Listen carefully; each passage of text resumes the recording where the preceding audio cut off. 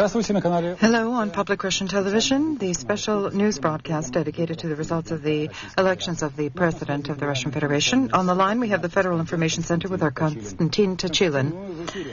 Konstantin, you're on the air. Pleasant night to all those who are not sleeping, although I have to tell you that the interest of the journalists who are working here in the Federal Information Center is already waning, and that's completely explainable because from the very beginning when the announcements were made of the initial results of the voting, no principal changes have occurred, and so, according to the results as of 3 o'clock in the morning in Moscow, for Boris Yeltsin, 54.55% of the vote, for Gennady Zyuganov, 39.44% of the vote. Against both candidates, 5.9%. I'll remind you that that is the result of 65% of the processed ballots, and also that data is yet unofficial. At this hour, that's all the information we have, but we hope that our camera will be approached by the top analyst of the Federal Information Center, Dmitry Reshkin, and he will comment on the basic tendencies in the voting on the 3rd of July. In a few minutes, we'll be back in touch with you. Fine, Konstantin, will wait. During the course of this night, Public Russian Television reported to you, esteemed television viewers, how the presidential elections were conducted in Russia. Thanks to the selfless labor of more than 40 of our regional correspondents, we received the most complete and reliable information.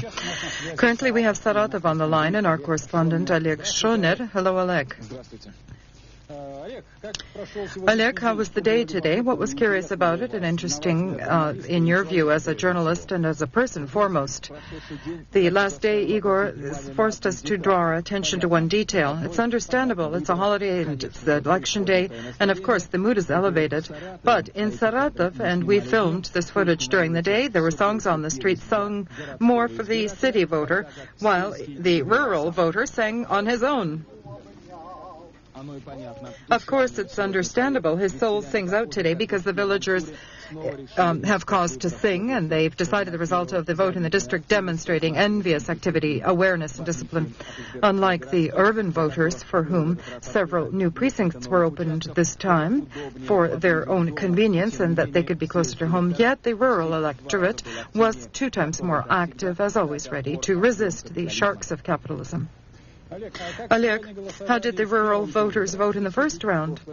Last time, they voted in this way. If the red belt grew slightly pinker this time, the communists still have the advantage, and it's substantial, 42.42 for Zyuganov against 28.4 for Yeltsin. Now, according to data coming into the District Election Commission, the tendency is changing in certain regions to the diametrically opposed.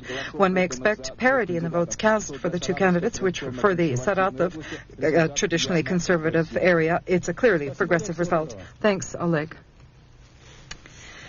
And so we again will be connecting with the Federal Information Center, where our correspondent Konstantin Tachilin is located. Konstantin, are you ready? Yes, we're ready, and we have here in front of our camera the top analyst of the Federal Information Center, Dmitry Oreshkin. Dmitry, what were the basic tendencies of voting on the 3rd of July? Well, I would even say that it's late now to discuss tendencies because the voting is over, and in essence, the processing of the ballots as well is close to completion. A 15% gap exists between Yeltsin and Zyuganov, around 5%.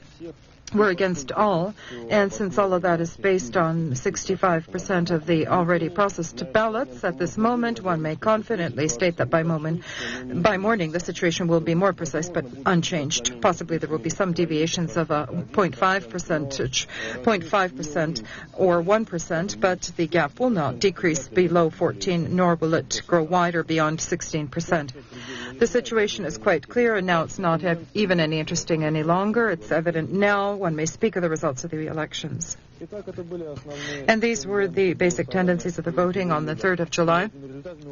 We've already acquainted you with the preliminary results, and as Dmitry says, it's unlikely they will change. With this, the work of the Federal Information Center comes to an end until tomorrow morning, and probably all of our work here also ends tomorrow. That's all our information. So until tomorrow, thank you, all the best.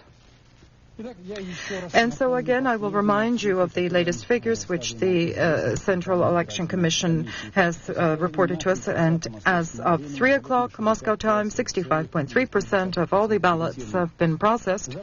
For Boris Yeltsin, 54.55% of the electorate voted. Gennady Zyuganov was given votes by 39.44%. Against both candidates, 5.09% of the electorate voted, and deemed invalid are 0.92% of the ballots. Well, the Central Election Commission continues to count ballots. However, the winner of the elections is already known. Predictions of skeptics were not justified. Russia has chosen a path of liberty and democracy. This choice was not an easy one. But again, an old truth was reasserted. The wheels of time can't be turned back. And no matter whom each of us voted for, one thing is clear. We're all citizens of Russia. The 20th century has brought much difficult tribulation to our country. Less than 4 years remains before the new century. Now, one may confidently state that Russia will greet it as a calm, democratic, and truly great power. I thank all of you who, together with us, endured this night marathon. I bid you farewell. Good night.